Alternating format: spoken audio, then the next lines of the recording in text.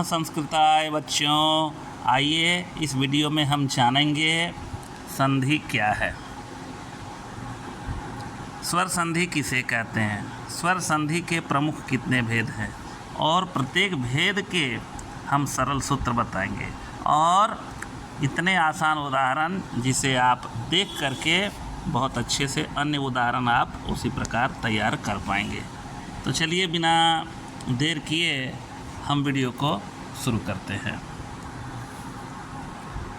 तो संधि क्या है बच्चों? सब दिन संधि संधि संधि हम लोग सुनते आए हैं। तो संधि का अर्थ होता है जोड़, ये जोड़ना, स्वयं मिलना या फिर मिलाना, यही संधि का मुख्य अर्थ है। इसकी परिभाषा हम इस प्रकार तैयार कर सकते हैं कि दो या दो से अधिक वर्णों के मेल से होने वाला परिवर्तन को हम संधि कहते हैं। अब हमारा मुख्य जो फोकस है वह संधि के भेद पर है। तो संधि के मुख्य भेद हमारे जो 3 हैं, उनमें से प्रमुख है आपका स्वर संधि, दूसरा व्यंजन और तीसरा है विसर्ग। तो आज हम स्वर संधि के विषय में जानेंगे तथा उसके भेद के बारे में जानेंगे।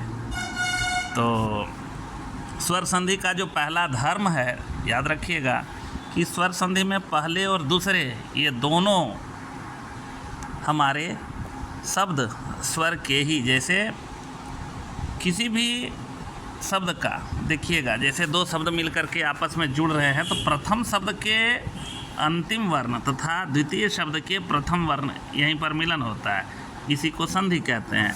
तो इसका धर्म यह है कि जुड़ने वाला प्रथम शब्द के अंतिम वर्ण स्वर होंगे तथा द्वितीय शब्द के प्रथम वर्ण ये भी स्वर होंगे और ये मिल करके फिर स्वर की रचना करेंगे, यानी स्वर धन स्वर बराबर स्वर।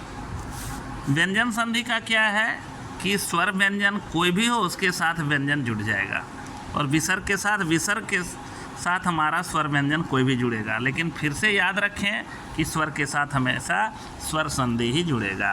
अब स्वर संधि में आगे बढ़ते हुए स्वर संधि के भेद को हम समझेंगे। स्वर संधि का अगला भेद हमारा हम बताने वाले हैं, पहला दीर्घ संधि। ध्यानपूर्वक देखेंगे। स्वर संधि के 8 भेद हैं। कितने भेद हैं? 8। तो उसमें पहला है दीर्घ संधि। दीर्घ कहने का मतलब ही है बड़ा। देखिएगा, दो छोटे छोटे मिल करके एक बड़े का रूप धारण करते हैं, तो हम इसको कह सकते हैं छोटे छोटे बराबर बड़े।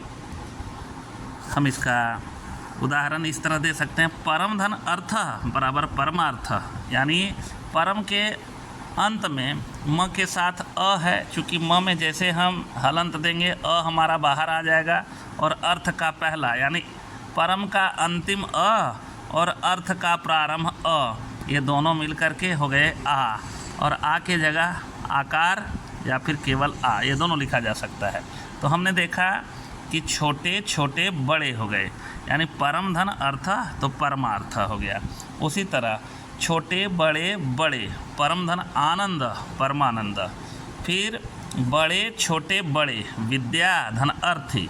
एक में पहले वाला में है बड़े और दूसरे में है छोटे, और दोनों का मिला करके रिजल्ट हो गया आ, यानी हर हाल में आ हो रहा है। देखिएगा फिर से, छोटे छोटे बड़े, छोटे बड़े बड़े, बड़े छोटे बड़े, और फिर बड़े बड़े बड़े। अब देखिए एक बार, दोनों में बड़े हैं, विद्या में भी आ है और आलय से भी शुरू होने वाला आ है, तो दोनों मिल करके बोला जाता है बड़े बड़े मिल करके भी एक बड़े का निर्माण हो रहा है, यानी विद्याधन आलय विद्यालय। आइए हम पाठ को आगे बढ़ाते हुए देखेंगे। जिस तरह आपने अ धन अ बराबर आ को जाना, परम धन आनंद परमानंद, ठीक उसी तरह आप यहाँ भी देखें कि छोटी छोटी बराबर बड़ी ई, छोटी बड़ी बराबर बड़ी, बड़ी धन छोटी बड़ी ई, और बड़ी ई धन बड़ी बराबर बड़ी।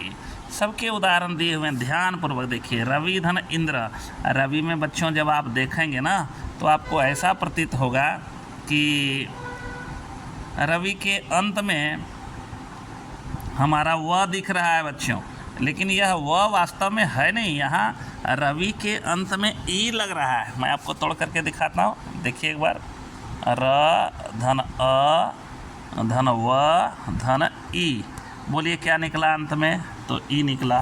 तो इसके अंत में, प्रथम शब्द के अंत में छोटी ई और द्वितीय शब्द के आरंभ में भी छोटी ई, तो छोटी ई धन छोटी ई क्या हो गया, बड़ी ई हो गया। इस बड़ी ई को हम बड़ी ई ऐसे भी मात्रा में लिख सकते हैं, इसे हम वर्ण कहते हैं और इसे मात्रा कहते हैं।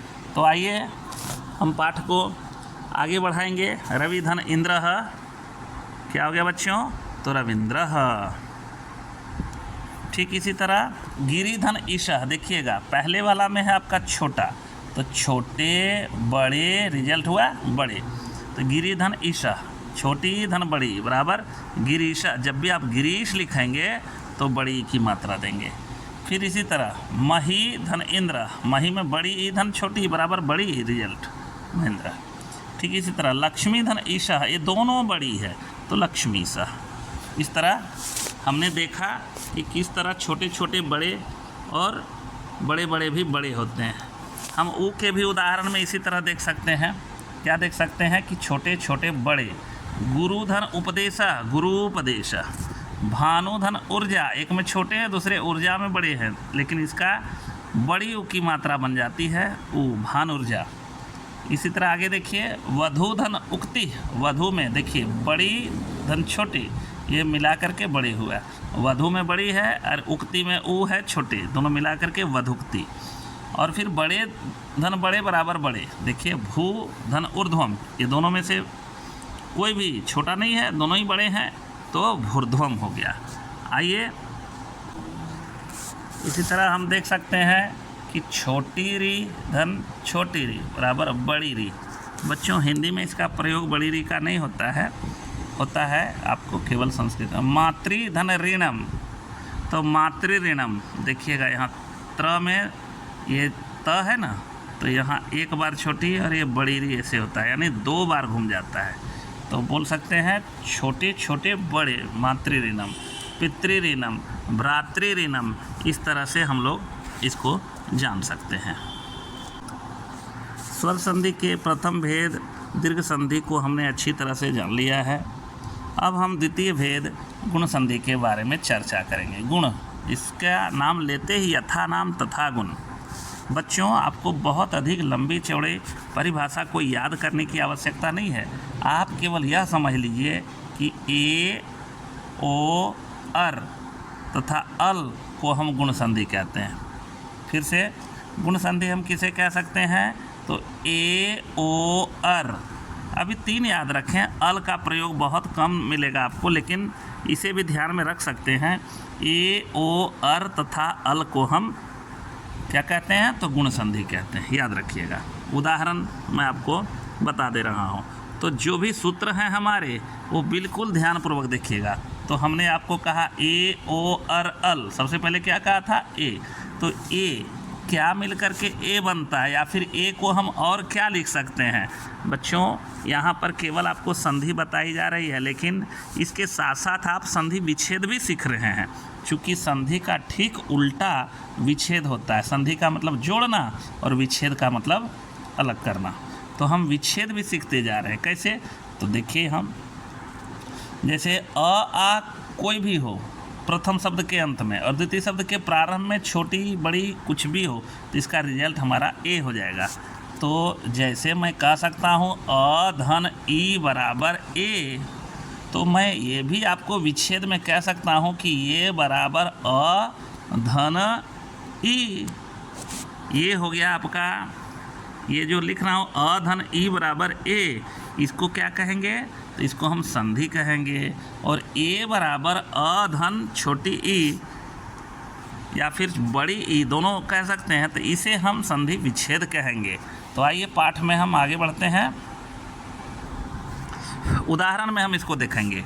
देवधन इंद्र, देवेंद्र, देखिए देव के अंत में व है, कैसे, तो द धन ए धन व धन अ देव, तो ये देव का अ और इंद्र का ई, यानी अ और ई मिल कर के ए हो गया। तो आप देखेंगे कि ए को हम उसकी मात्रा ए में भी लिखते हैं, तो देवेंद्र हो गया।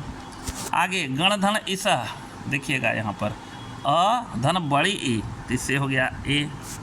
अब देखिएगा महाधन इंद्र, तो ये महेंद्र हो गया। ठीक इसी तरह हम ए के बाद ओ को जानेंगे। ओ कैसे? तो हम कह सकते हैं आ धन छोटी ऊ बड़ी ऊ बराबर ओ। जैसे हम अ और ऊ को जोड़ रहे हैं तो ये हमारा संधि बन रहा है ओ। अब इसे अलग करके जब हम देखेंगे ओ बराबर, तो हम कह सकते हैं अ धन ऊ। ये हमारा संधि, ये हमारा विच्छेद। तो देखिए भाग्य, यह यानी इसके साथ हलंत नहीं है, तो यहाँ पर अ छिपा हुआ है। ये अ और ये धन के साथ, ये धन के साथ अ और ये धन के साथ ऊ है, तो अ और ऊ मिल करके ये ओ बन गया है। देखिए यहाँ ओ, तो क्या कहेंगे? भाग्य धन उदया भाग्योदया, जल धन उर्मी जलोर्मी। अब तक आपने गुण संधि में ए को जान लिया, ओ को जान लिया।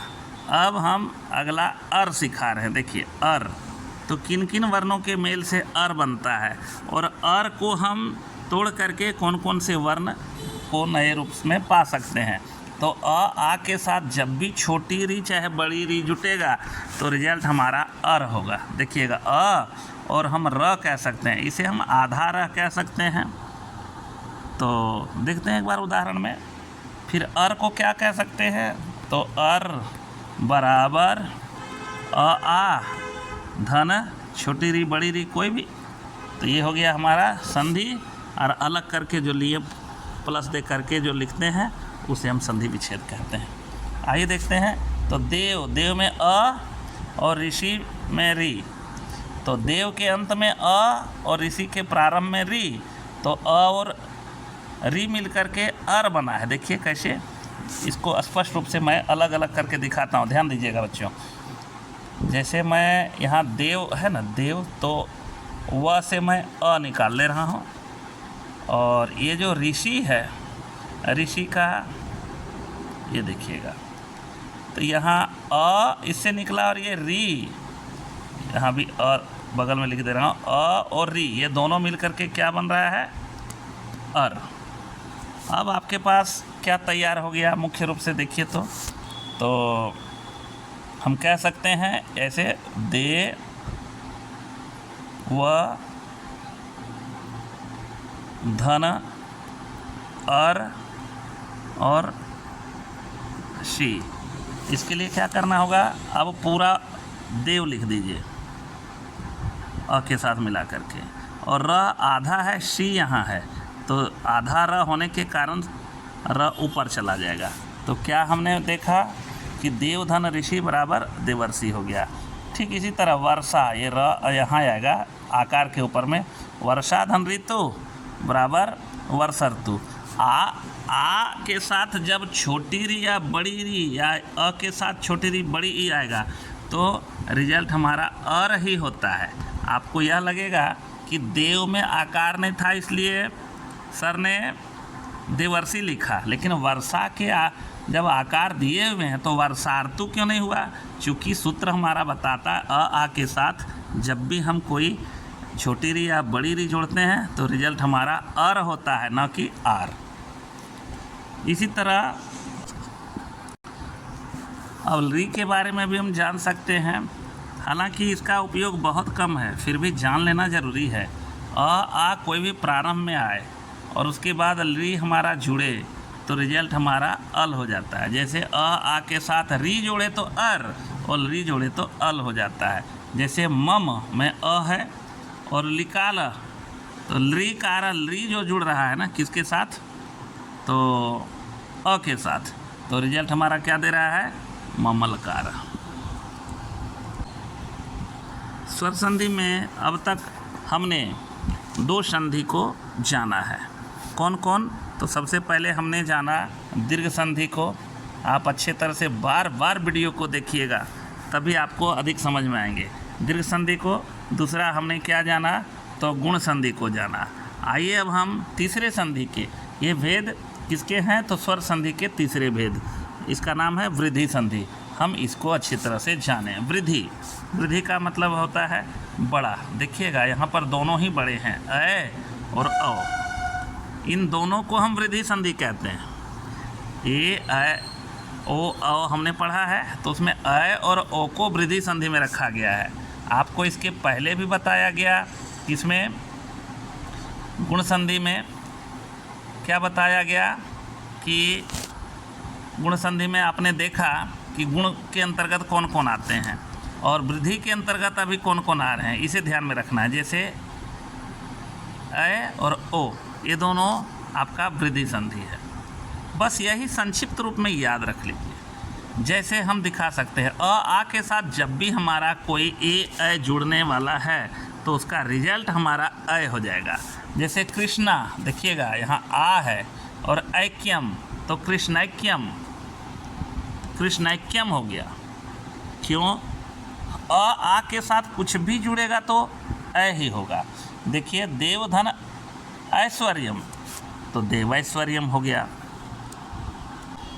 इसके अन्य उदाहरण इस प्रकार हैं, देखिएगा सदा धन एव, यानी अ आ के साथ जब भी छोटी ए और बड़ी ए मिले तो हमारा अ हो जाता है रिजल्ट, तो सदैव। एक धन एक, तो एक एक। इसी प्रकार अब रह गया, हमने अ को जान लिया, अब हमको औ को जानना है। तो अ आ के साथ जब भी हमारा औ या फिर ओ जुड़ने वाला हो तो हमारा रिजल्ट क्या हो जाएगा, अ हो जाएगा। क्या हो जाएगा, अ हो जाएगा। जैसे जल के अंत में अ है और औघा के अंत में शुरू में ओ है, तो हमारा जलोघा हो गया।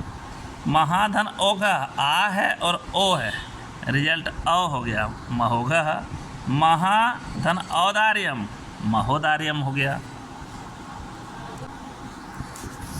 संधि का नाम लेते ही बच्चों के मन में भय उत्पन्न हो जाते थे कि ये संधि कैसे क्या करेंगे, लेकिन मुझे ऐसा प्रतीत हो रहा है जब आप इस वीडियो को देख रहे होंगे तो संधि बहुत कठिन नहीं लग रहे होंगे, लेकिन ध्यान देना आपको पड़ेगा ही। इसमें कोई जो है पीछे हटने की बात नहीं होनी चाहिए। ध्यान दीजिए, अगले स्वर के भेद में हमारा यण संधि होगा। तो यण संधि क्या है बच्चों, केवल यह याद रख लीजिए कि य व र ल, बस इसी को हम क्या कहते हैं, तो यण संधि कहते हैं। इसका सूत्र क्या है, तो छोटी ई बड़ी ई के साथ कोई भी भिन्न स्वर मिले। ये भिन्न स्वर अब क्या है भाई, तो भिन्न स्वर यह है कि हमने 13 स्वर को पढ़ा है, जिसमें से ये 2 स्वर को छोड़ करके, यानी छोटी ई बड़ी ई का रिपीट नहीं होगा। इन दोनों के अलावा कोई भी आपका चाहे अ आ, छोटी बड़ी को छोड़ करके छोटी ऊ बड़ी ऊ, छोटी री बड़ी री, कुछ भी जुड़ जाए तो उसका रिजल्ट हमारा क्या हो रहा है, य में हलंत हो रहा है। यानी देखिएगा, य में हलंत हो रहा है, पूरा य नहीं हो रहा है, ये य में हलंत हो रहा है। अब देखते हैं इसमें, इसके उदाहरण से तो हमारा ज़्यादा फ्रेश होगा।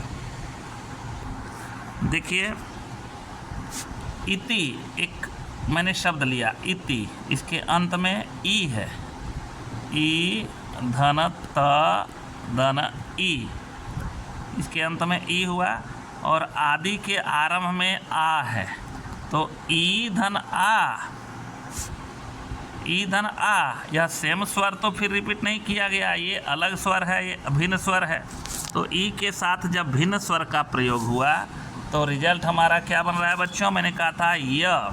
तो इति से यदि हम इति से यदि छोटी निकाल लेते हैं तो क्या बच जाता है, ई और आधा त बच जाता है, या त पूरा लिखेंगे तो हलंत देना होगा, और उसका रिजल्ट हमारा क्या हो गया, तो त्य यहाँ हो जाएगा और यहाँ पर क्या बचा था हमारा, आ के साथ दी हो जाएगा, इत्यादि हो जाएगा। आइए पाठ को आगे बढ़ाते हुए हम इसी के कुछ और भी उदाहरण देख सकते हैं। बड़ी ई धन ऊ, देवी धन उवाच, तो इसका क्या हो रहा है, देवी उवाच हो रहा है। अब देखिएगा, आपको कहा था य व र ल, तो आपने य का जान लिया, अब व का मैं बता रहा हूँ, ध्यानपूर्वक देखिएगा।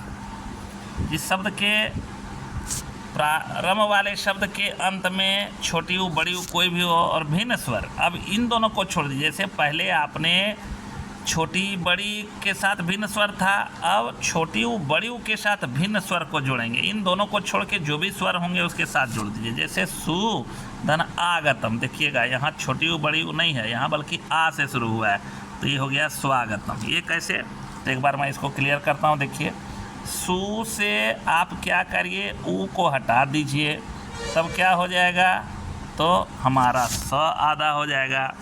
और ऊ के साथ हमारा क्या जुड़ रहा है, तो भिन्न स्वर आ, तो रिजल्ट हमारा क्या हो रहा है, तो आप ध्यान दीजिएगा मैं जो कह रहा हूँ। जैसे ये हमारा आधा स्व बचा है, इसमें कोई अभी परिवर्तन नहीं दिखा है। जो हमने इससे ऊ निकाला, यह ऊ किस में बदल जा रहा है, तो व में, और इसके बाद वाले जो स्वर जुड़ने वाले हैं उसमें कोई परिवर्तन नहीं हो रहा। आगतम का आगतम है ही, तो जो हमारा बदला स के बाद व और इसके साथ आगतम आप लिख दीजिए, आगतम, तो आप सीधी से व के साथ आ को जैसे टैग करेंगे तो हमारा क्या हो जाएगा, स्वागतम। आपको स्पष्ट कर दूं कि जब भी हमारा इस स्वर में छोटी ऊ बड़ी ऊ रहे, चाहे छोटी बड़ी के साथ भिन्न स्वर जुड़े, तो हमारा पहले का इसमें परिवर्तन होता है और बाद वाले में कोई परिवर्तन नहीं होता है, दोनों मिल करके फिर परिवर्तन हो जाते हैं। और भी उदाहरण देखिए, वधू धन आज्ञा, तो वध्वाज्या हो गया।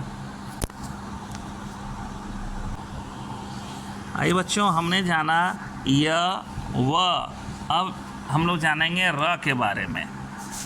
तो देखते हैं क्या है कि प्रथम शब्द के अंत में यदि छोटी री बड़ी री कोई भी और द्वितीय शब्द के प्रारंभ में इसके अलावा कोई दूसरा स्वर हो, तो दोनों मिल करके हमारा र बन जाता है। र में हलंत होगा, देखिएगा आधा र कह सकते हैं हम लोग इसको।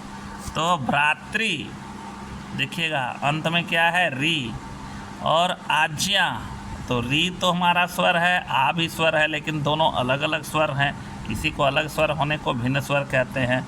तो भ्रातृ धन आज्ञा, तो भ्रात्राज्ञा, ये कैसे हो गया, इसके बारे में हम चर्चा करेंगे।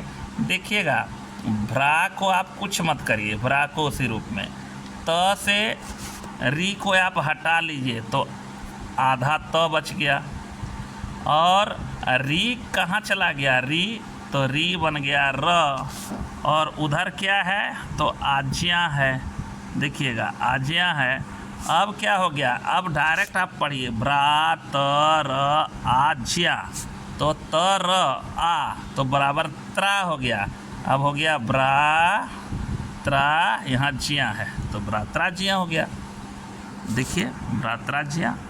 अब इसी तरह री के साथ जब भी भिन्न स्वर जुड़ेगा तो री धन आकृति, तो लाकृति हो गया।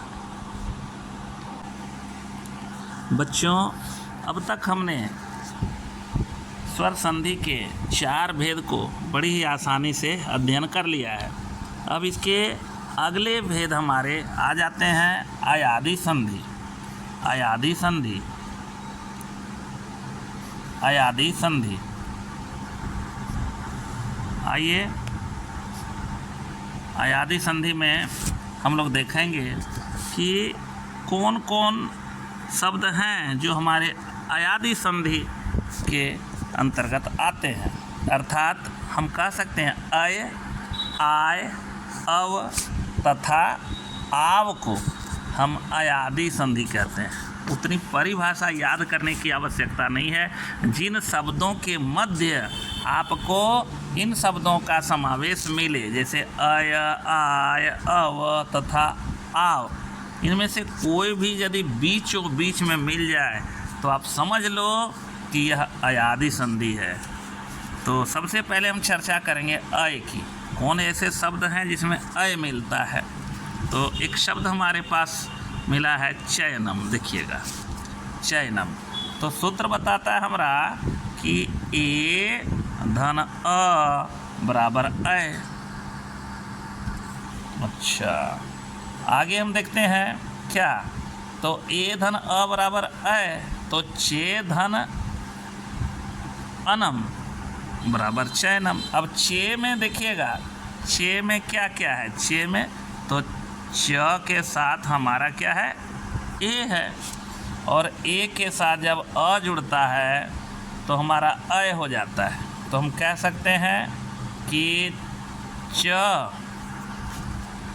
धन अय और यहाँ है आपका नम, तो हो गया चयनम। चयनम की तरह हम नयनम भी लिख सकते हैं। अब अगला हम आय को देखेंगे। हमने अय देखा, चयनम में अय मिला, अब आय मिलने वाला है। क्या सूत्र है, अय के साथ जब अ मिलेगा तो हम इसको अय कहेंगे। कैसे, तो नय धन अकह नायक।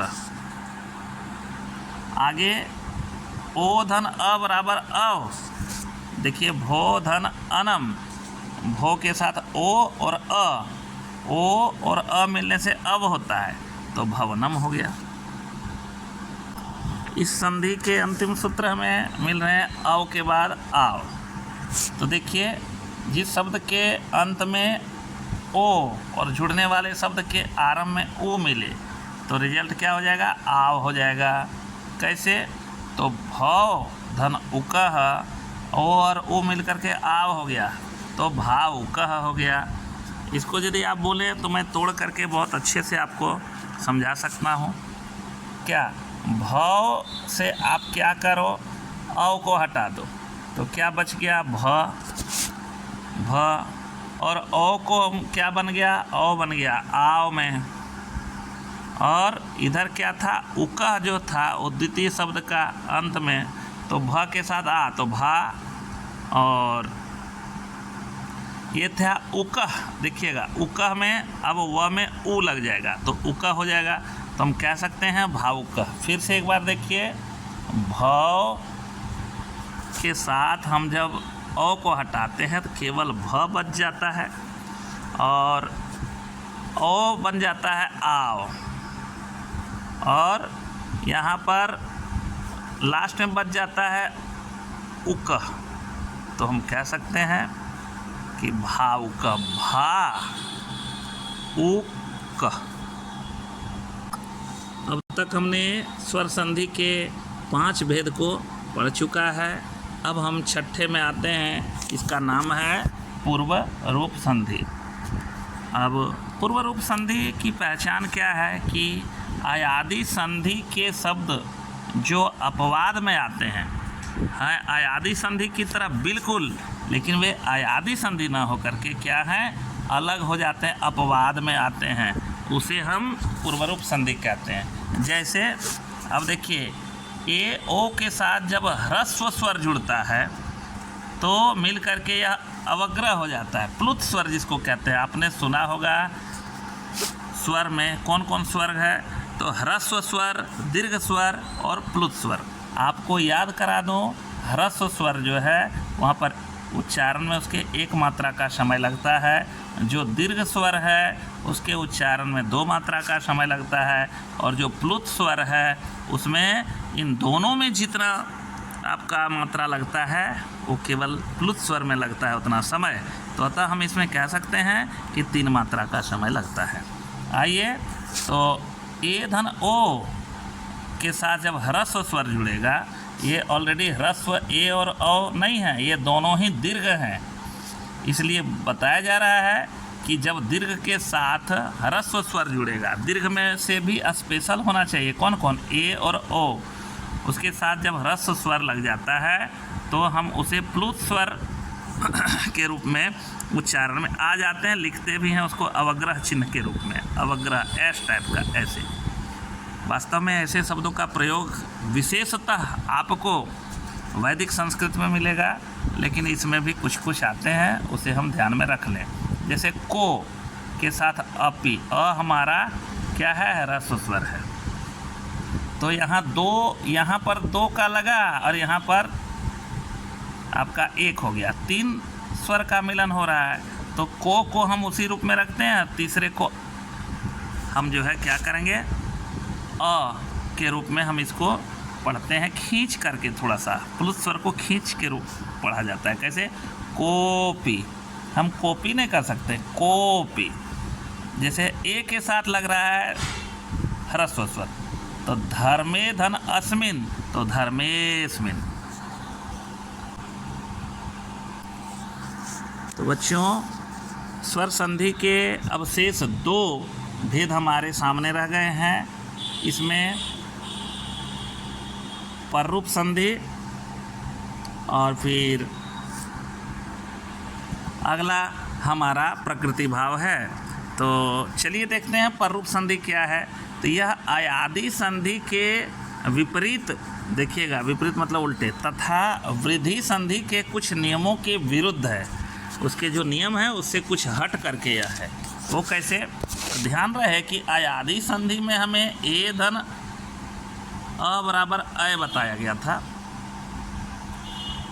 तो यानी अ धन ए बराबर अ, तो जबकि पररूप संधि में हमारा क्या है कि अ धन ए बराबर अ। वृद्धि संधि में अ धन ओ बराबर अ होता है, जबकि पररूप संधि में अ धन ओ बराबर ओ ही रह जाता है। तो बताइए कुछ हट के है ना, तो यही हमारा पररूप संधि हो गया। तो पररूप में डिफरेंस आपको मिला है किसमें, अयादि संधि के साथ और वृद्धि संधि के साथ। तो देखते हैं उदाहरण हम इसको। प्र धन एशताम, प्र के अंत में अ है, ध्यान दीजिएगा, धन एशताम, तो अ और ए, तो प्रेषताम हो गया। अब देखिएगा उपधन ओशति, अ के साथ ओ मिलने से देखिएगा ओ ही रहा है, ओ ही रहा है, तो हम क्या कहते हैं, उपोषति। बच्चों, जब लगातार कक्षा चलती है तो बच्चों के मन थोड़े उबाऊ होने लगते हैं। इस बात को ध्यान रखते हुए प्रकृति भाव संधि को इतने सरल तरीके से बताया गया है कि हमें सबसे आसान जो है यही लगेगा, प्रकृति भाव, यानी नेचुरल एकदम। देखिए इसमें कोई परिवर्तन आपको नहीं दिखेगा, कोई परिवर्तन ना होकर केवल धन यानी जोड़ का चिन्ह जो है उसे लोप कर दिया जाता है या हट जाता है। केवल कितना आसान है बताइए, केवल प्लस का चिन्ह दे दीजिए या फिर हटा दीजिए, दे दीजिए तो वह संधि विच्छेद और हटा दीजिए तो संधि। देखिए कितने आसान है। गिरी धन एतो बराबर गिरी एतो, मिलाया भी नहीं गया है, केवल जोड़ का चिन्ह हटा दिया गया है। कवि धन एतो, कवि एतो, हो सकता है इससे कोई और आसान संधि।